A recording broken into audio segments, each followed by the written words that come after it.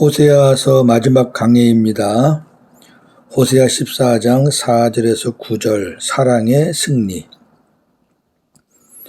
내가 그들의 반역을 고치고 기쁘게 그들을 사랑하리니 나의 진노가 그에게서 떠났음이니라. 내가 이스라엘에게 이슬과 같으리니 그가 백합화 같이 피겠고 레바논 백향목 같이 뿌리가 바뀔 것이라.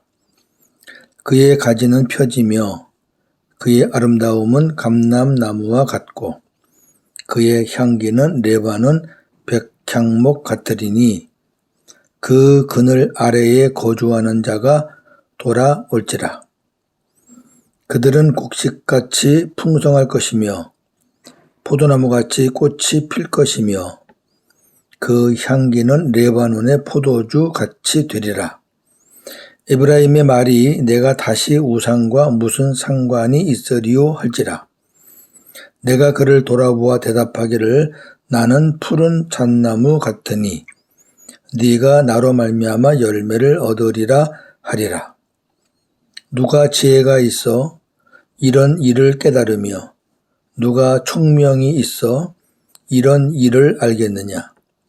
여호와의 도는 정직하니 의인은 그 길로 다니거니와 그러나 죄인은 그 길에 걸려 넘어지리라. 아멘. 주제 사랑의 승리. 변화된 자들의 모습. 하나님의 도입니다. 4절에서 7절 사랑의 승리. 4절 내가 그들의 반역, 패역이죠. 을 고치고 기쁘게 그들을 사랑하리니 나의 진노가 그에게서 떠났음이니라. 내가 그들의 반역을 고치고 기쁘게 그들을 사랑한다는 말은 자기들의 탐심을 따라 하나님께 등을 돌리고 떠나갔던 이스라엘을 기쁜 마음으로 사랑하시겠다는 것입니다. 반역이란 굳은 땅과 같은 완악한 마음을 의미합니다. 인간들의 마음에는 정함이 없습니다. 시편 78편 37절 42절. 하나님의 권능으로 홍해를 건넌 이스라엘도 하나님을 곧 잊어버렸습니다. 시편 106편 13, 14절. 그러나 그들은 그가 행하실 일을 곧 잊어버리며 그의 가르침을 기다리지 아니하고 광야에서 욕심을 크게 내며 사막에서 하나님을 시험하였도다. 홍해를 건넌 것이 잊어버릴 일이 아니잖아요. 그들이 잊어버려요. 그리고 하나님의 가르침을 받을 생각도 안 해요. 자기의 탐심을 위해서 하나님을 떠나 우상을 따른 것은 이스라엘의 문제만은 아닙니다.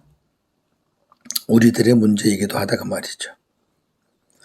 그럼에도 하나님께서 이러한 인간들을 기쁜 마음으로 사랑하셨다는 것입니다. 기쁘게는 즐겁게 자발적으로 란 의미입니다. 주님은 우리를 기쁘게 자발적으로 끝까지 사랑하십니다. 요한복음 13장 1절. 하나님의 사랑이 아니면 하나님께로 돌이킬 수도 없고 우리의 반역을 고칠 수도 없습니다. 그러기에 승리는 사랑의 승리입니다. 나의 진노가 그에게서 떠났기 때문이라는 말은 하나님께서 이스라엘을 기쁘게 사랑하실 수 있는 것은 이스라엘을 향한 진노가 사라졌기 때문이라는 것입니다. 하나님의 진노가 사라진 것은 하나님께서 우리의 죄와 불의를 기억하시지 않기 때문입니다. 잊어버리셨어요. 이것이 새 언약의 복음입니다. 시브리 8장 12절 13절. 내가 그들의 불의를 긍휼히 여기고 그들의 죄를 다시 기억하지 아니하리라 하셨느니라.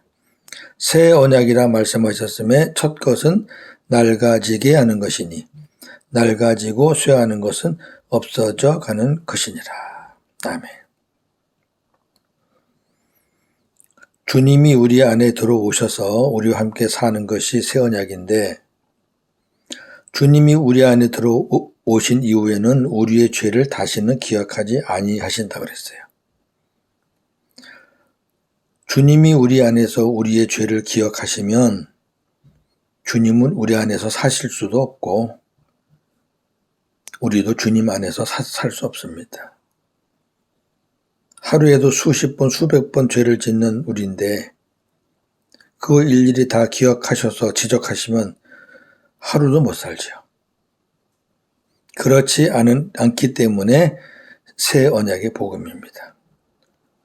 첫 언약은 다르지요. 첫 언약은 다 기억합니다.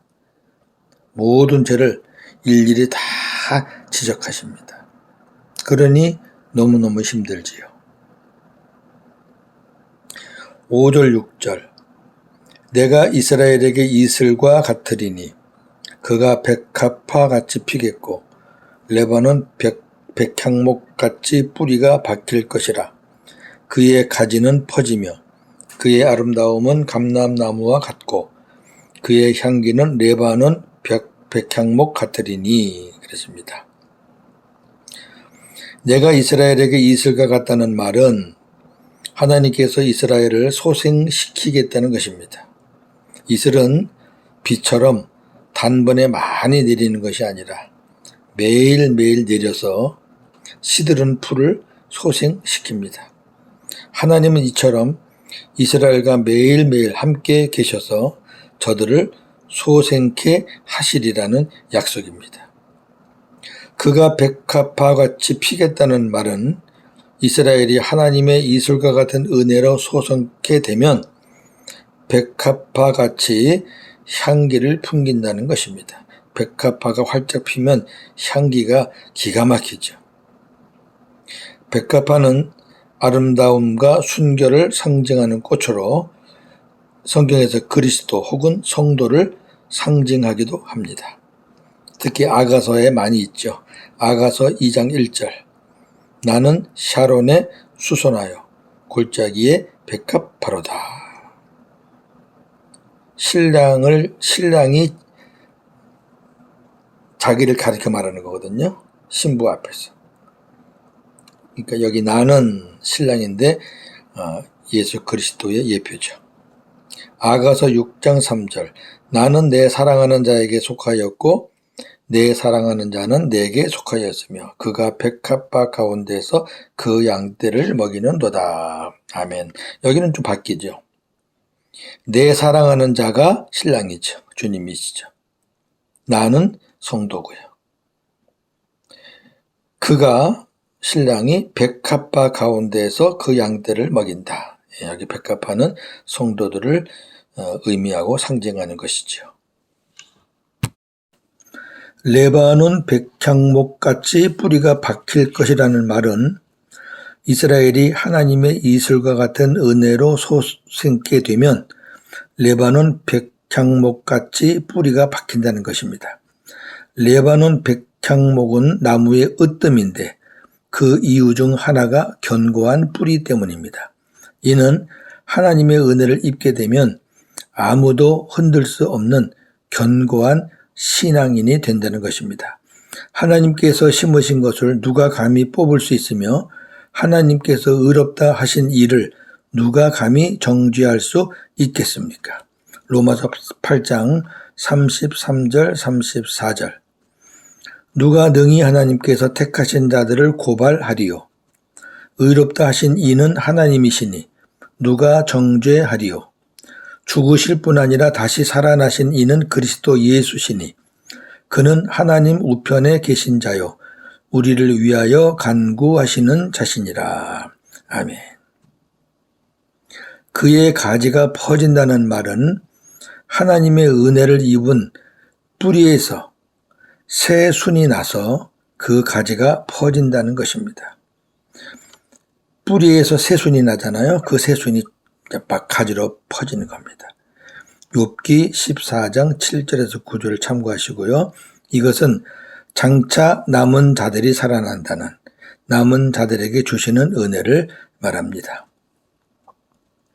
그의 아름다움은 감람나무와 같다는 말은 하나님의 은혜로 다시 살아난 이스라엘이 감람나무처럼 아름답다는 것입니다. 감람나무 참 아름답죠.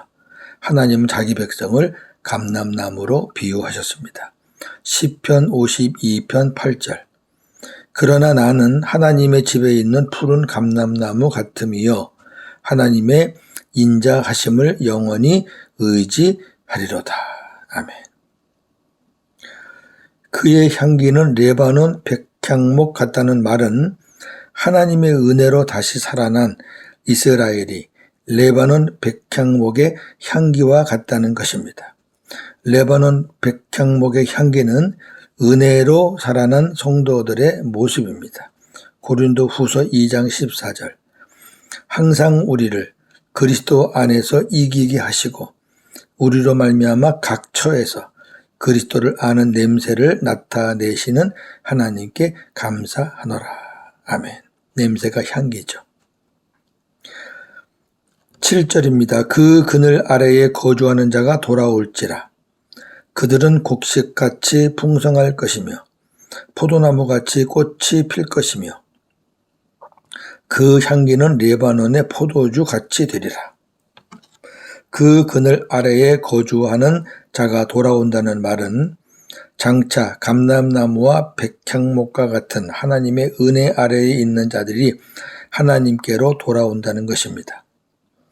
그들은 곡식같이 풍성할 것이며 포도나무같이 꽃이 필 것이며 그 향기는 레바논의 포도주같이 될 것이라는 말은 하나님의 은혜 아래에 있는 자들이 하나님께로 돌아오면 크게 번성한다는 것입니다. 이는 이스라엘의 명성, 즉 이스라엘의 영광이 풍성한 곡식같이 꽃을 피우는 포도나무같이 레바논의 포도주같이 뛰어나서 모든 사람에게 기억이 된다는 것입니다. 8절 변화된 자들의 모습. 8절입니다. 에브라임의 말이 내가 다시 우상과 무슨 상관이 있으리요 할지라. 내가 그를 돌아보아 대답하기를 나는 푸른 잣나무 같으니 네가 나로 말미암아 열매를 얻으리라 하리라.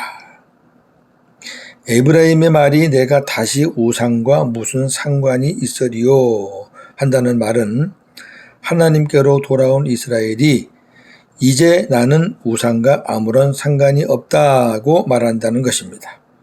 은혜의 절정은 오직 하나님만을 섬기며 우상을 온전히 버리는 것입니다.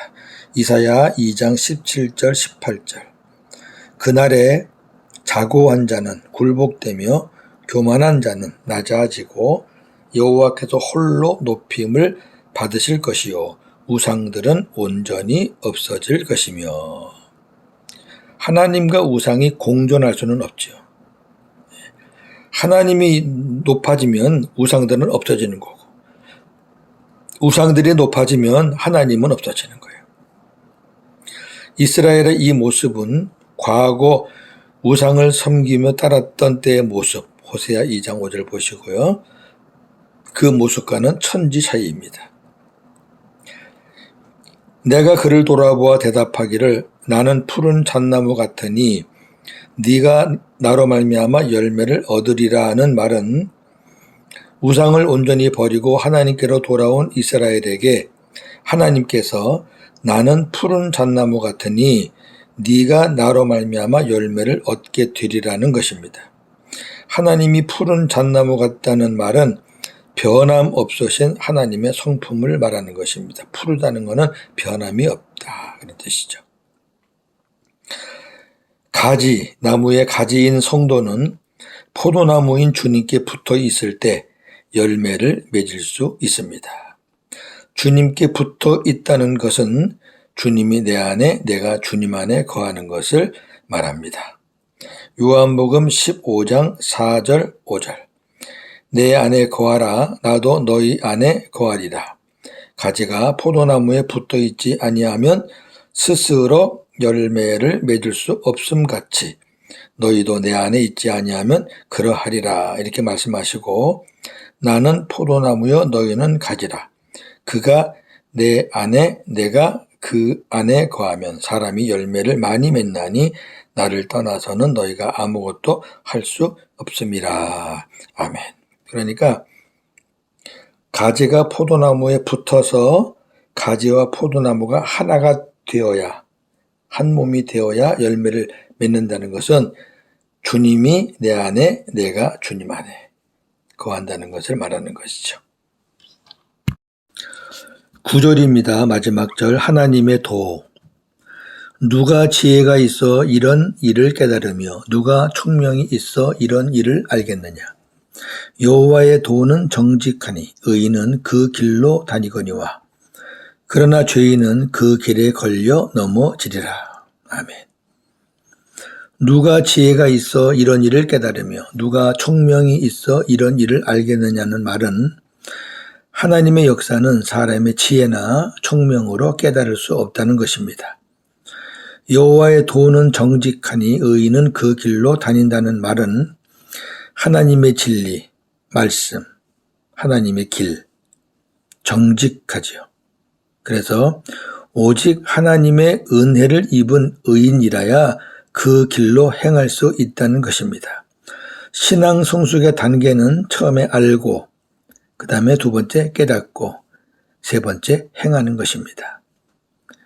그러나 죄인은 그 길에 걸려 넘어진다는 말은 하나님의 은혜를 입지 못한 죄인들은 오히려 말씀에 걸려 넘어진다는 것입니다. 우리에게는 말씀이 복이지만 반대되는 그들에게는 말씀이 장애물입니다. 하나님의 도를 깨닫지 못하는 자는 멸망당할 수밖에 없잖아요. 그래서 시편 기자는 하나님의 도를 깨닫지 못하는 사람을 짐승과 같다고 했습니다. 시편 49편 20절. 존귀하나 깨닫지 못하는 사람은 멸망하는 짐승 같도다. 아멘. 하나님의 도를 세상에 어느 누가 알 수 있겠습니까? 오직 하나님의 지혜를 가진 자만이 알고 깨달을 수 있습니다. 하나님의 지혜는 성령님 안에, 성령 안에, 그리고 그리스도 안에 감춰져 있습니다. 따라서 우리 안에 삼위 하나님을 모신 자만이 하나님의 지혜를 가질 수 있지요. 다니엘서 12장 10절. 많은 사람이 연단을 받아 스스로 정결하게 하며 희게 할 것이나 악한 사람은 악을 행하리니 악한 자는 아무것도 깨닫지 못하되 오직 지혜 있는 자는 깨달으리라. 아멘. 악한 자는 아무것도 깨닫지 못하되 오직 지혜 있는 자는 깨달으리라. 할렐루야. 호세아서 마무리 정리하면서 마치겠습니다. 하나님의 은혜로 호세아서 강해를 마치게 되었습니다. 기도로 응원해 주시고 마음으로 함께해 주신 분들께 감사를 드리며 부족한 종을 붙잡아 주시고 귀한 말씀을 주신 주님께 영광을 돌립니다. 개인적인 일들이 많아서 중간에 강해를 쉬었던 날들이 많았음을 양해해 주시기 바랍니다. 부족한 종이 샘천에서 2013년부터 2017년까지 약 5년간 복음 주제를 강해했고 2018년부터 2022년 금년 오늘까지 약 5년간 10여 권의 성경을 강의하였습니다. 앞으로의 계획을 말씀드리면 약 1년간 성경 강해를 쉬고 복음에서 중요한 주제들을 강의하려고 합니다. 어떤 이들에게는 복습이 될 것이고 어떤 이들에게는 온전한 정립이 될 것입니다. 또 유튜브를 통해 처음 듣는 이들에게는 복음의 구원의 은혜가 임할 줄로 믿습니다. 기도와 응원 부탁드립니다. 항상 고백하지만 저는 정말 부족한 사람입니다. 하나님께서 붙잡아 주시지 않고 동력자들이 기도해 주시지 않으면 아무것도 할 수 없습니다. 며칠간 숨 고르고 찾아뵙겠습니다. 오늘도 복음으로 승리하는 저와 여러분 되기를 주님의 이름으로 축원합니다. 아멘. 하나님 감사합니다. 인간의 끝없는 죄악이 결국 하나님의 사랑으로 마무리되었습니다. 하나님의 사랑의 승리입니다. 하나님의 사랑을 어느 누가 끊을 수 있겠습니까? 감사합니다. 부족한 종을 붙잡아 주셔서 호세아서 강해 44강까지 마치게 되었습니다. 힘들었던 시간도 많았고 말씀이 이해가 안 돼서 막혔던 시간들도 많았습니다. 그때마다 하나님께서 깨닫게 해주셔서 마칠 수 있었습니다. 감사합니다.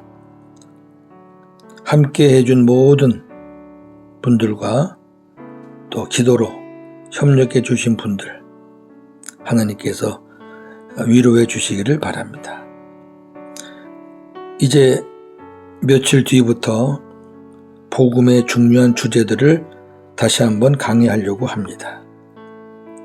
어떤 이들에게는 복습이 되고 어떤 이들에게는 정립이 되고 또 유튜브를 통해 처음 듣는 이들에게는 구원의 은혜가 임할 줄로 믿습니다. 성령님의 역사를 기대하며 시작하겠습니다. 하나님 도와주시기를 원합니다. 모든 영광은 하나님께만 돌립니다. 오늘도 복음으로 승리하는 하루가 되게 하여 주시옵소서. 예수님의 이름으로 기도하옵나이다. 아멘.